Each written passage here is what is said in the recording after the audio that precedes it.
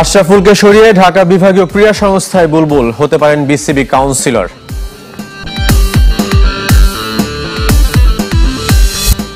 অনেক ম্যাচ খেলতে যাদের সাথে প্রত্যেকটা প্লেয়ারকে আমরা চিনি, প্রত্যেকটা প্লেয়ারকে জানি, তাদের উইক জোনও জানি। সো আমরা ওয়েল প্রিপেয়ার্ড হয়ে মাঠে নামবো।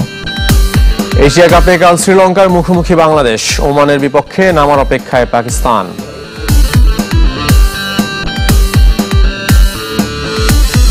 সুপার ফোরের লড়াইয়ে এগিয়ে যেতে কাল আবারও নামছে বাংলাদেশ। এবার প্রতিপক্ষ শ্রীলঙ্কা। জয় দিয়ে টুর্নামেন্ট শুরু করতে চায় বর্তমান চ্যাম্পিয়নরা। ম্যাচ ডের আগের দিন লঙ্কানরা অনুশীলনে ঘাম ঝরালেও বিশ্রামে কাটিয়েছে টিম টাইগার্স। একাদশ পরিবর্তনের সম্ভাবনা কম, তবে লিটন দাসদের দুশ্চিন্তার নাম গরম। আবুধাবি শেখ জায়েদ স্টেডিয়ামে রাত 8:30টায় শুরু হবে বাঘ সিংহের লড়াই। আরিফুল ইসলামের রিপোর্ট। লঙ্কা বাংলার দ্বৈরথ, এশিয়া কাপে দু ক্রিকেট সংস্কৃতির মহারণের প্রতিশ্রুতি। নাগিন ডান্স, নিধাস ট্রফি, টাইমড আউট ইস্যু, এক দশকে নানা ঘটনায় ভিন্ন মাত্রা পেয়েছে বাংলাদেশ শ্রীলঙ্কা ম্যাচ। মাত্র 2 মাস ব্যবধানে আবারও মুখোমুখি। সুপার ফোরের দিগন্তে চোখ রেখে ক্রিকেটারদের জন্য অগ্নি পরীক্ষা এ ম্যাচ। ওডিআই ওয়ার্ল্ড কাপে আমরা জিতছি, ইভেন লাস্ট সিরিজেও আমরা জিতছি তাদের সাথে। সো এটা আমাদেরকে একটা এক্সট্রা বুস্ট আপ দিবে। আর যেহেতু অনেক ম্যাচ খেলছি তাদের সাথে, প্রত্যেকটা প্লেয়ারকে আমরা চিনি, প্রত্যেকটা প্লেয়ারকে জানি, তাদের উইক জোনও জানি। সো আমরা ওয়েল প্রিপেয়ার্ড হয়ে মাঠে নামবো। ম্যাচটির আগে বিশ্রামে বাংলাদেশ দল। টিম হোটেলে স্পিনারদের নিয়ে বৈঠক করেছেন স্পিন কোচ মুস্তাক আহমেদ। জয় দিয়ে এশিয়া কাপ শুরুর পরও কম বেশি সমালোচনার শিকার লিটন দাসের দল। হংকং এর বিপক্ষে রান রেট বাড়িয়ে নেওয়ার সুযোগ মিস, তবে ওসব নিয়ে খুব একটা চিন্তিত নন ক্রিকেটাররা। একাদশ পরিবর্তনের সম্ভাবনা কম, গরমের সাথে মানিয়ে নেওয়ার চ্যালেঞ্জ আর এই উইকেটে ম্যাচ খেলার অভিজ্ঞতায় লঙ্কানদের চেয়ে গিয়ে বাংলাদেশ। আমরা আমাদের প্ল্যান মোতাবেক আগাইতেছি। যে ম্যাচে 6 বোলার লাগবে, যেটা পাকিস্তানি ইউজ করছে, সো যখন যে ম্যাচে লাগবে আমি ক্যাপ্টেন সেটা ইউজ করবে। সো আমরা আসলে জেতার জন্য নামবো মাঠে। রাইভারি এগুলা কোনো কিছু আসলে মুখ্য বিষয় না আমার কাছে। ম্যাচ জেতাটা ভেরি ইম্পর্টেন্ট। তবে শ্রীলঙ্কা অনুশীলন মিস দেয়নি। আবুধাবিতে ফ্লাড লাইটের আলোয় শেষ প্রস্তুতি সেরেছে। বিশেষ করে পেসারদের নিয়ে বেশি খেটেছেন কোচিং স্টাফরা। টুর্নামেন্টের প্রথম ম্যাচ খেলতে নামছে এশিয়া কাপের সফল দলটি।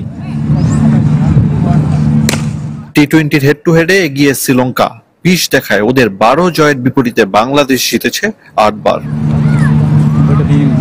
তবে লঙ্কা বাংলার লড়াইয়ে সমীকরণ কি আসে যায়? টুর্নামেন্টের অন্যতম আকর্ষণীয় ম্যাচ, মরুভূমিতে ছড়াচ্ছে উত্তাপ। বিসিবি নির্বাচনের অংশ নেবার পথে এক ধাপ এগিয়ে গেলেন আমিনুল ইসলাম বুলবুল। ঢাকা বিভাগীয় ক্রীড়া সংস্থার সদস্য করা হয়েছে বোর্ড সভাপতিকে। বাদ পড়েছেন মোহাম্মদ আশরাফুল। ট্রিপল সেঞ্চুরি প্রোগ্রামে উদ্বুদ্ধ হয়ে আমিনুল ইসলামকে সমর্থন করছেন টেস্টের সর্বকনিষ্ঠ সেঞ্চুরিয়ান। ঢাকা জেলা ক্রীড়া সংস্থায়ও পরিবর্তন এনেছে এনএসসি। বিসিবি সভাপতির দায়িত্ব নিয়ে টি-20 ইনিংস খেলতে চাওয়া আমিনুল ইসলাম বুলবুল টেস্ট খেলার সিদ্ধান্ত নিয়েছেন। ক্রিকেট বোর্ড নির্বাচনে লড়বেন বাংলাদেশের সাবেক অধিনায়ক। সরকারের সমর্থনও যে পাচ্ছেন তিনি, তাও স্পষ্ট হলো। এক প্রজ্ঞাপনে ঢাকা বিভাগীয় ক্রীড়া সংস্থার অ্যাডহক কমিটিতে বদল এনেছে জাতীয় ক্রীড়া পরিষদ। মোহাম্মদ আশরাফুলের পরিবর্তে সদস্য করা হয়েছে আমিনুল ইসলামকে। তাতে প্রথম টেস্ট সেঞ্চুরিয়ানকে বি ক্যাটাগরি থেকে ঢাকা বিভাগের কাউন্সিলর হিসেবে দেখতে পাওয়া এখন সময়ের অপেক্ষা।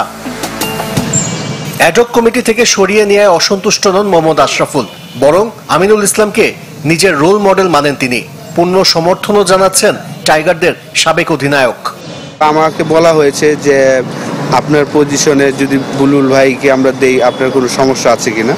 আমি বলছি যে যেহেতু উনি আমার রোল মডেল, ছোটবেলা থেকেই আমি ওনার খেলা দেখে বড় হয়েছি, আর ওনার সাথে আমার সম্পর্কটা একটু ডিফারেন্ট লেভেলে। সামনে যে ইলেকশনটা করবেন, তো আমার পজিশন থেকে করবেন। আমি শুনে বলছি খুব তাড়াতাড়ি দেন, আমার কোনো সমস্যা নেই। অথচ আশরাফুলের এক সময় সতীর্থ তামিম ইকবালও বিসিবির সভাপতি হতে চান। দুজনের প্রতিদ্বন্দ্বিতাকে সাধুবাদ জানালেও অল্প সময়ে আমিনুল ইসলাম যে পরিকল্পনা নিয়ে এগিয়েছেন, তাতে বেশ খুশি মোহাম্মদ আশরাফুল। দুইজনের জন্য শুভকামনা রইল, কিন্তু আমরা যারা ক্রিকেটের সাথে আছি তাদের কাছে মনে হচ্ছে যে উনি যে কাজগুলো করার চেষ্টা করছেন, এটাই হওয়া উচিত ছিল আরো 15-20 বছর আগে। ঢাকা জেলা ক্রীড়া সংস্থায়ও পরিবর্তন এনেছে এনএসসি। নারী আম্পায়ার সাথিরা জাকির জেসির জায়গায় সদস্য করা হয়েছে বিসিবির সহসভাপতি নাজমুল আবেদিন ফাহিমকে। দাম কমিয়ে পাকিস্তান ভারত ম্যাচের দর্শক খুঁজে পাচ্ছে না আয়োজকরা। রোববার দুই চিরপ্রতিদ্বন্দ্বিতার লড়াই হলেও এখনো বিক্রি হয়নি অর্ধেক টিকিট। তবে ম্যাচের আগে সরব দুদেশের সাবেক ক্রিকেটাররা। হরভজন সিং এর মতে এশিয়া কাপে ভারতকে হারানোর মতো দল শুধু ভারত।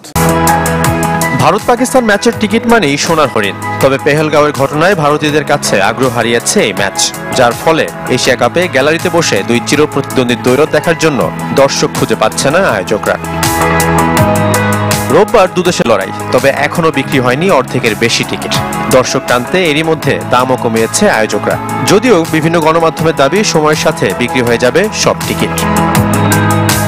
ভারত পাকিস্তান ম্যাচ বয়কটের জন্য অভিনব প্রচারণা আইপিএল ফ্র্যাঞ্চাইজি পাঞ্জাব কিংসের। ম্যাচটির ফটো কার্ডে সময় ভেন্যু নাম থাকলেও প্রতিপক্ষের ঘর ফাঁকা, নেই পাকিস্তানের নাম কিংবা পিসিবির লোগো।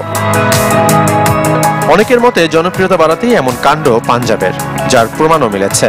আরব আমিরাতের বিপক্ষে ম্যাচের আগেও প্রিভিউ কার্ড শেয়ার করেছিল আইপিএল এর দলটি, যার ভিউ ছিল মাত্র 5,500। আর ভারত পাকিস্তান ম্যাচের কার্ডের ভিউ ছাড়িয়েছে 10 লাখ। হাই ভোল্টেজ ম্যাচের আগে সাবেকদের কথার লড়াই অবশ্য চলমান। সাবেক স্পিনার হরভজন সিং এর মতে ভারতের প্রতিদ্বন্দ্বী শুধু ভারত। ভারতকে হারানোর মতো দল শুধু ভারতই, অন্য কোনো দেশের সেই সক্ষমতা নেই। রোহিত শর্মা, বিরাট কোহলি না থাকলেও বেশ কয়েকজন তরুণ ক্রিকেটার রয়েছেন যারা দারুণ পারফর্ম করে যাচ্ছেন। রাজনৈতিক বৈরিতায় ভারত পাকিস্তান দ্বিপাক্ষিক সিরিজ খেলে না প্রায় এক যুগ। দুদলে দেখা হয় শুধু বৈশ্বিক আর মহাদেশীয় শ্রেষ্ঠত্বের মঞ্চে। শেষ 8 টি-20-তে 6টি জিতে একক আধিপত্য ভারতের। কিন্তু কেন টুর্নামেন্টে সফলতা নেই ম্যান ইন গ্রিনদের? তার কারণ খুঁজে পেয়েছেন সাবেক ক্রিকেটার রশিদ লতিফ। তার মতে শুধু আবেগ দিয়ে খেলে পাকিস্তান, আর ভারত খেলে পরিস্থিতি বুঝে।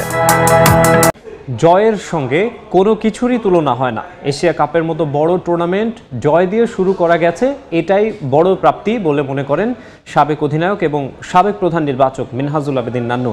রান রেট নিয়ে না ভেবে ভালো ক্রিকেট খেলার দিকে মনোযোগী হওয়ার পরামর্শ দিলেন তিনি। শ্রীলঙ্কা ম্যাচটা জিতে গেলেই সব সমালোচনা থেমে যাবে বলেও মনে করেন নান্নু। এরকম খুব একটা হয় না। সাধারণত বাংলাদেশ ম্যাচ জিতলেই হাফ ছেড়ে বাঁচেন সমর্থকরা, কিন্তু এবারের পরিস্থিতি ভিন্ন।